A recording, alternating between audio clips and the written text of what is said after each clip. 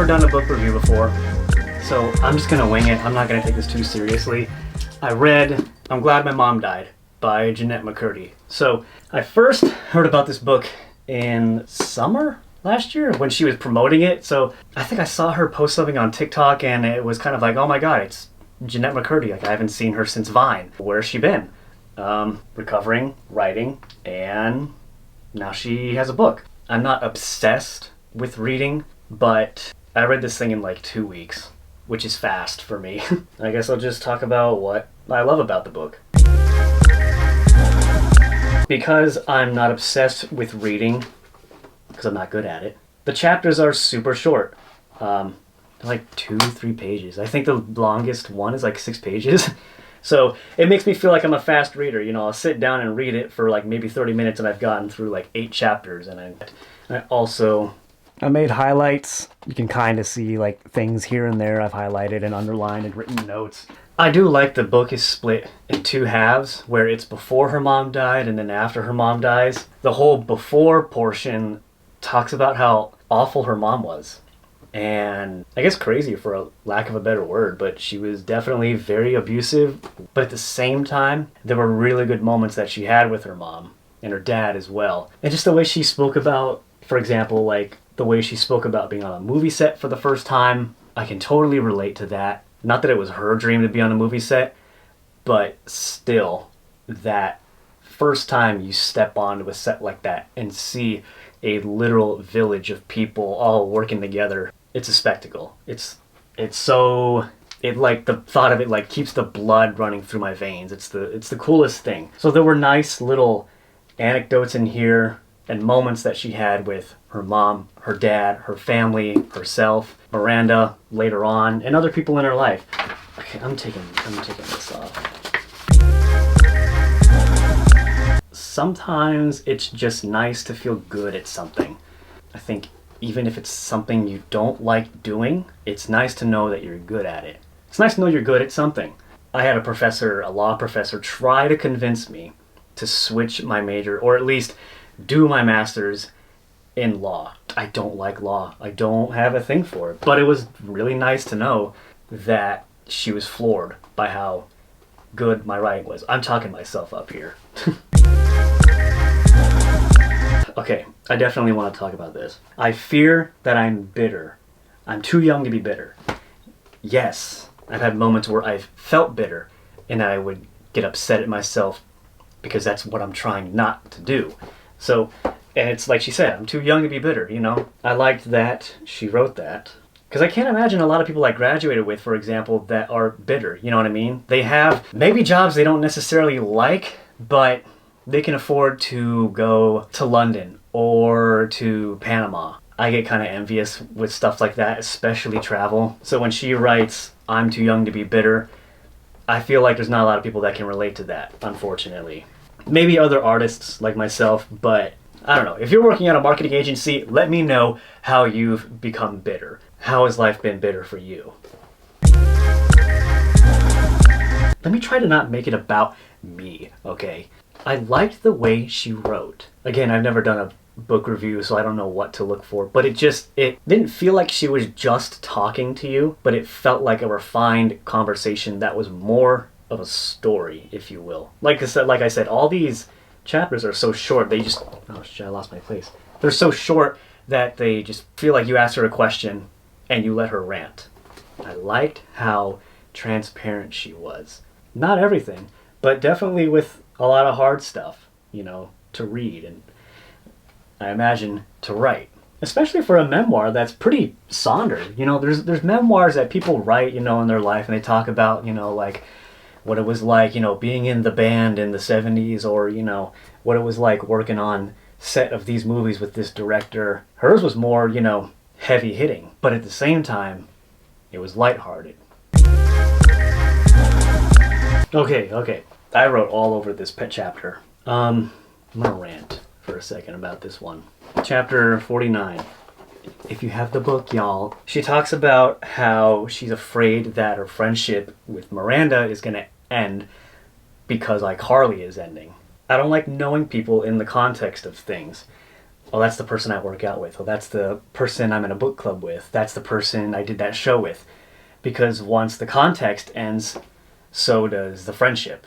It is such a hard truth for everybody, man. That was the one thing. I can show you the Instagram post I made talking about this fear that these friendships I had would end because the context of our friendship is over. We graduated and everybody moved back home, back across the US, and there was no more getting together on weekends. There was no more hanging out or studying together. It was an inevitability that we would kind of not fall off, but just not talk a lot. And I know all my college friends watching this know it. Yeah, which is this kind of like gut feeling. I always had it through college. Like there would be nights where we'd have so much fun. And that inevitability like made me sad a lot of times. Especially when I didn't want it to, because I knew it was taking me away from that very moment. I think kind of what I've learned from all that, especially in my mid-20s now, where making friends is a little harder.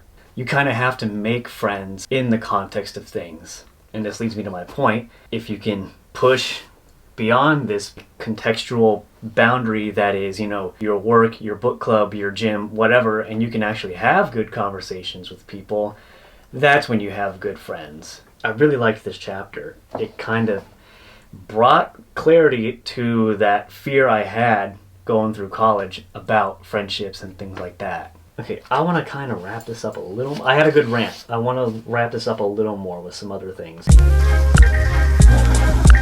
Now I'm in after her mom died.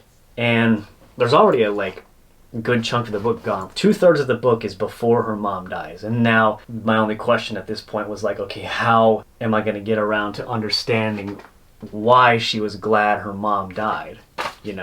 When I was reading it, I was looking forward to understanding why she was glad her mom died. And the short answer, I'll answer it now if you want to click away if you're getting bored of this. It was liberating. It finally liberated her at such a late stage in life to where she could finally be her own person. To her, it finally felt like she had her life, like she owned it. It wasn't about pleasing other people anymore. And it was nice to see her receive that and not know what to do with it.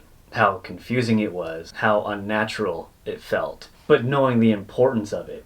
So it was nice to see her kind of work through these things with her therapist, with her friends, and kind of, reset a foundation for herself. For the record, it was trippy to think, because she references certain scenes from iCarly, or certain sets, or certain gigs that she got in the beginning. And it was just, I loved the show. I loved it a lot as a kid. And so now, with certain things and put into context, feel almost indifferent about it.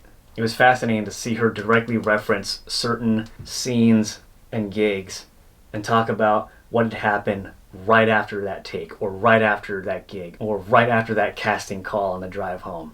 And it was a lot of, messed up shit. Some of the things that her mom did were just uncalled for. But as soon as that camera rolls at Amanda, you cannot see through her. It's crazy how good of an actress you can be to not let real stuff like that affect you. Okay, I think I'm going to hit 2 more things and wrap it up here because it's getting dark. This is in chapter 67. Yeah, she writes, I want to do good work. I want to do work that I'm proud of. This matters to me on a deep, inherent level. I want to make a difference, or at least feel like I'm making a difference through my work. Without that feeling, that connection to the work feels pointless and vapid. I feel pointless and vapid.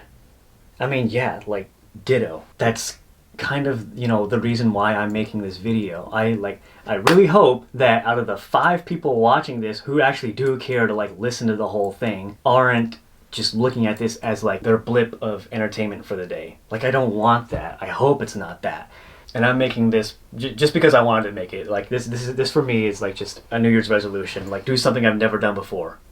But if this is making a difference and you feel like this does matter to you, leave a like. Subscribe, maybe. I don't know. going back to why I was saying, you know, like I've been feeling bitter, is because I don't really like my day to day. That is feels like there's no purpose. There's nothing of virtue going on in my daily life that fulfills my purpose and is making a difference. I just died, so you know I have to go in like vlogger mode now. That's how you know I've been talking too long about this, but I'm gonna wrap it up. I might make a second. Overall, I'm glad to see Jennette like back in the limelight for the right reasons. It's cool. I hope she keeps writing. I hope I get to work with or for her one day. That would be cool. But if you thought this was interesting and you'd want to see like that back half of the book and like my final thoughts on it all together, just let me know, I guess. Anyways, that's it. That's the video. Thank you for watching.